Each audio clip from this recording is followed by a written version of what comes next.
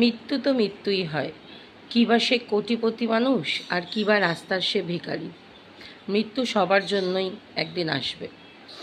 কোটিপতি বলে তার মৃত্যু আটকানো যাবে, আর রাস্তার ভিখারি বলে তার মৃত্যু অনিশ্চিত, এটা নয়।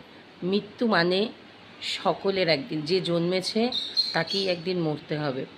তবে কিছু কিছু মানুষ ভাবে যে অকালে চলে গেল, অকালে ঝরে গেল প্রাণটা, এই ওই, কিন্তু না, ভগবান বিধাতা আমাদের এই,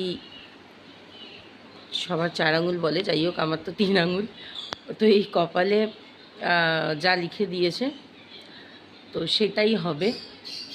যতদিন আয়ু বিধাতা আমাদের দিয়েছে ততদিনই আমরা পৃথিবীতে থাকব।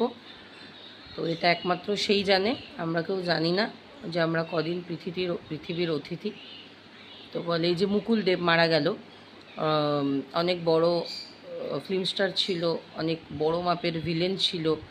এখন শোনা যাচ্ছে সে নাকি অতিরিক্ত পরিমাণে গুটখা আর মাদক সেবন করতো, মানে সে মদ খেত, গুটখা খেত, তো সেই জন্য মারা গেছে। সেই জন্য মারা গেছে, এটা তো একটা কজ, কিন্তু ভগবান বিধাতা তাকে এই অবধি আয়ু লিখেছে, 54 বছর বয়স অবধি।